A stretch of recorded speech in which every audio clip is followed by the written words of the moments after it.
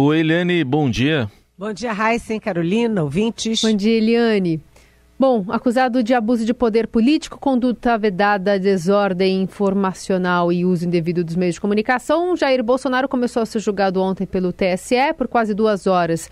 A gente ouviu o ministro Benedito Gonçalves ler seu relatório sobre o caso, que se refere à reunião ali com embaixadores em julho, quando o Bolsonaro fez ataques ao sistema eleitoral. O Valber Agra, advogado do PDT, partido autor da ação, tentou ligar a reunião aos ataques do dia 8 de janeiro. O histórico de declarações do ex-presidente foi chamado de obsessão golpista.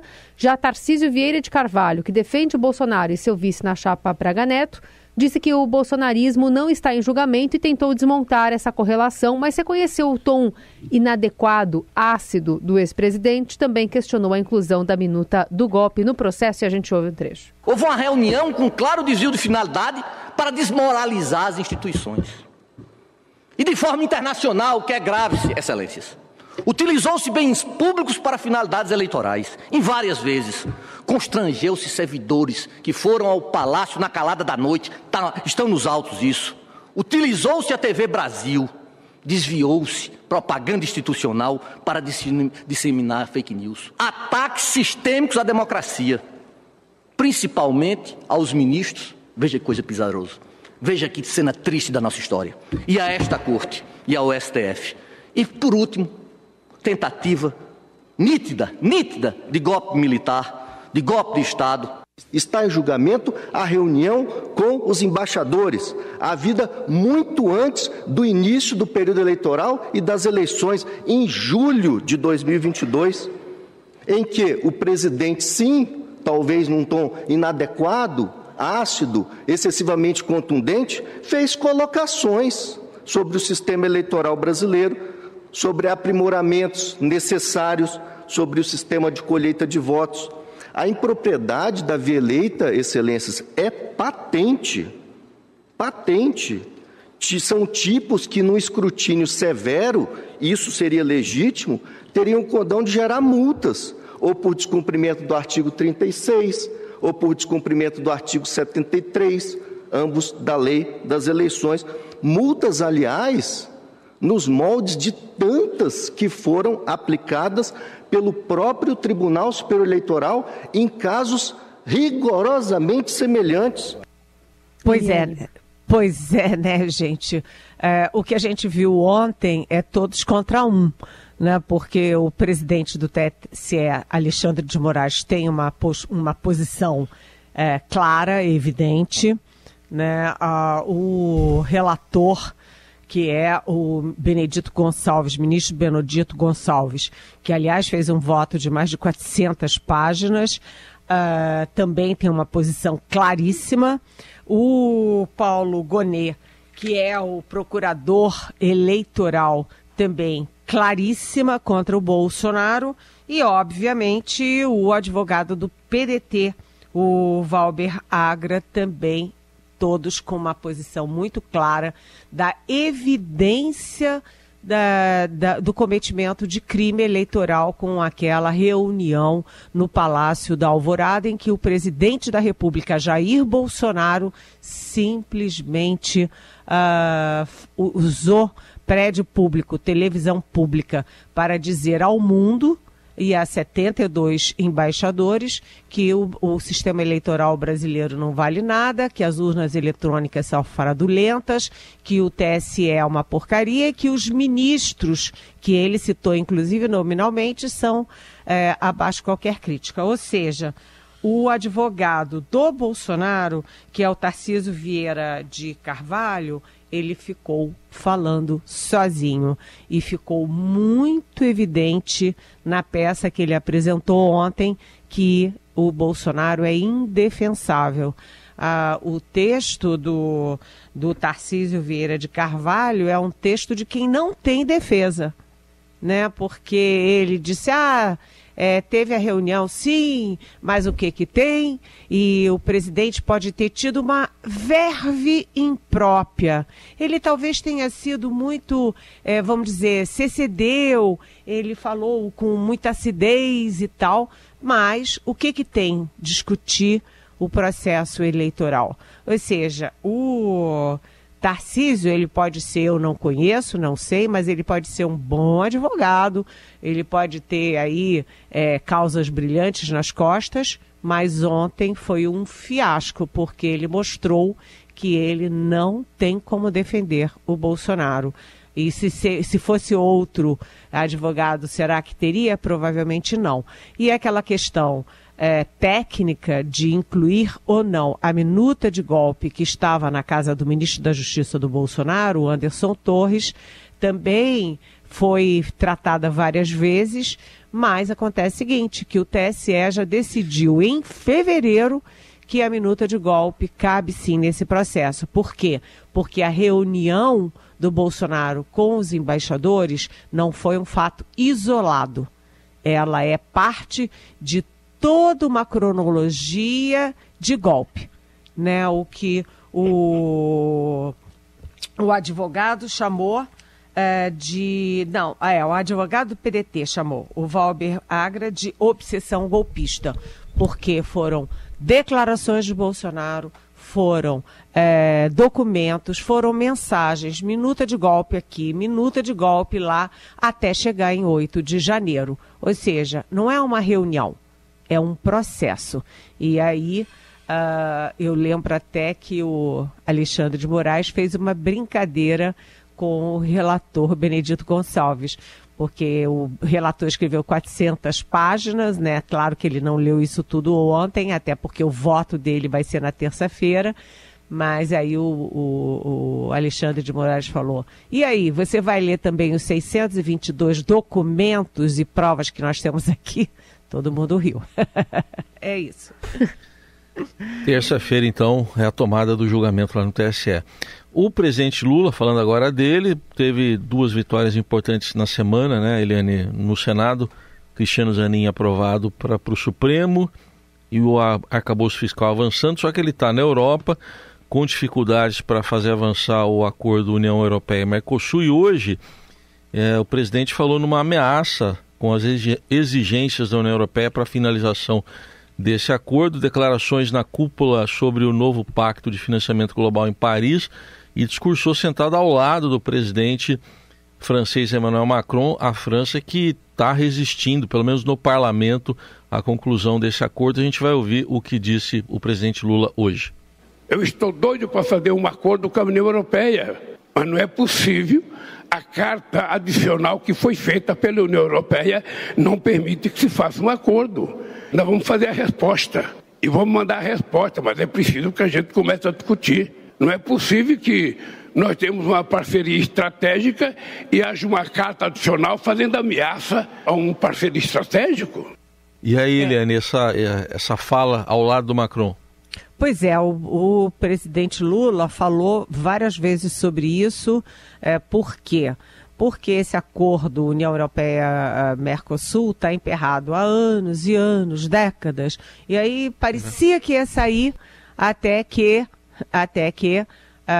com o Bolsonaro se tornou impossível, porque a Europa toda se negava a fazer acordo com o Mercosul se o Brasil, que é o país mais importante do bloco, destruía a Amazônia, o ambiente, batia de frente com os governos europeus, etc.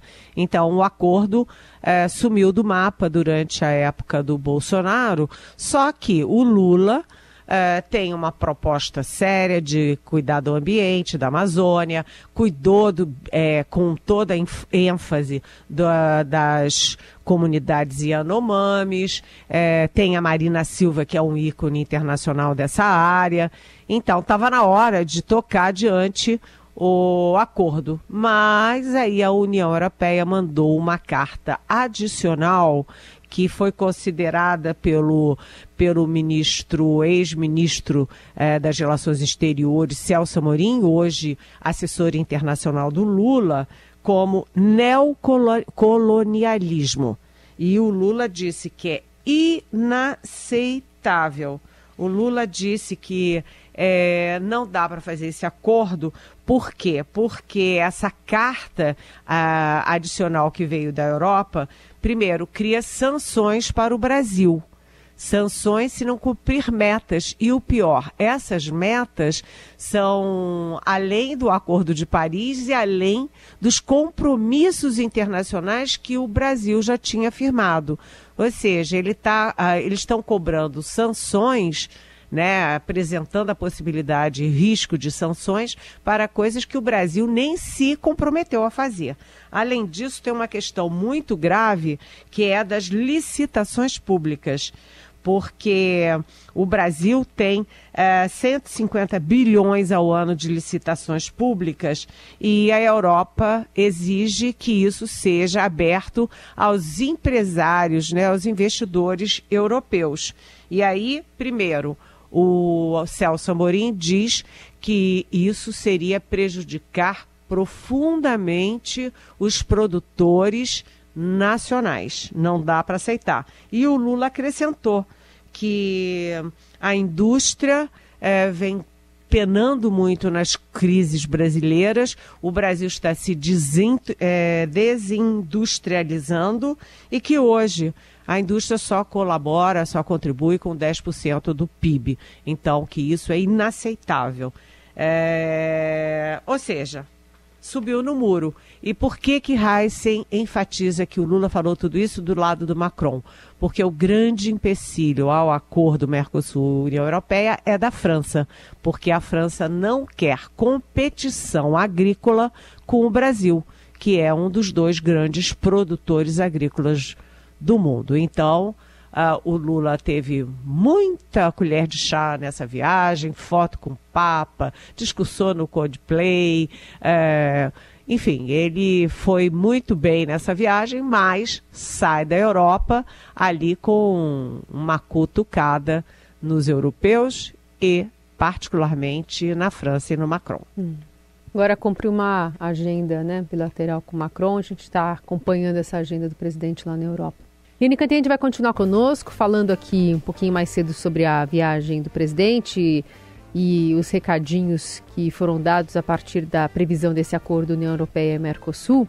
Agora a gente fala um pouquinho sobre a preocupação do presidente também com a decisão do Copom em relação à manutenção da taxa Selic, sem nenhum tipo de vislumbre num comunicado que saiu. Agora a esperança é a ata da semana que vem. A gente lembra aqui, Eliane, uma manifestação importante dada ontem pelo ministro da Fazenda, Fernando Haddad, classificando como muito preocupante o comunicado. Eu considerei o comunicado preocupante, muito preocupante, porque hoje nós divulgamos o relatório bimestral da Lei de Responsabilidade Fiscal, mostrando que as nossas projeções de janeiro estão se confirmando sobre as contas públicas. No momento em que a economia está retraindo e que o crédito está com problemas, sobretudo empresas, famílias, o Copom chega a sinalizar até a possibilidade de uma subida da taxa de juros, que já é hoje a mais alta do mundo. Então, obviamente que nós lemos com muita atenção, com consideração, mas nós achamos que realmente o comunicado preocupa bastante. Porque, a depender das futuras decisões, nós podemos, inclusive, comprometer o resultado fiscal. Porque daqui a pouco você vai ter problemas das empresas para vender, recolher impostos. Obviamente que nós sempre vamos fazer chegar ao Banco Central as nossas observações, como aconteceu no primeiro comunicado, né? O primeiro comunicado também veio muito duro, a ata atenuou. Bom, Eliane, esse tom difere um pouco das outras manifestações de Haddad sobre, especialmente, Roberto Campos Neto, né? Mas ainda foi mais ameno do que o tom do Fernando Haddad dentro do Ministério da Fazenda. Bem, eu e você, Carolina, a gente não gosta de fofoca, mas já que o Hayssen gosta, eu vou contar aqui que o Fernando Haddad ficou muito bravo, muito bravo. Ele ficou irritado com essa decisão, não apenas de manter a taxa de 13,75, como na nota, depois da reunião do Copom, o Banco Central não ter indicado queda. Pelo contrário, né, tem indicado manutenção, pedindo serenidade e parcimônia. Então, o Fernando Haddad ficou muito bravo. Por quê, gente? Primeiro, porque essa decisão do PROCON enfraquece a posição do Haddad. Né, enfraquece a posição do Haddad, por exemplo, diante do PT e das esquerdas que apoiam o governo. Porque as esquerdas atacam, o PT ataca, e o Haddad sempre diz, não, eu estou em conversa, o Roberto Campos Neto está sensível à situação e tal. Então, essa decisão do Copom e do Banco Central, enfim, enfraquecem o discurso e o Haddad no embate interno dentro do governo. Segundo, né, cria realmente dificuldades econômicas graves, importantes. A Bolsa ontem caiu quase 2.000 pontos. Né? É uma reação aí de quem não está vendo luz no fim do túnel. E as coisas estavam indo bem, a inflação está caindo, né? A previsão de crescimento está subindo, o emprego está melhorando, o cenário internacional também ajuda. E então houve aí, o Banco Central deu um banho de água fria e o mercado reagiu mal. E para piorar as coisas também, essa decisão do Banco Central dificulta a vida do Gabriel Galípolo, que era o braço direito do Fernando Haddad na Fazenda e que está indo para o Banco Central. Né? Ele seria sabatinado na semana que vem, mas já avisou na Fazenda que não deve vir a Brasília na semana que vem.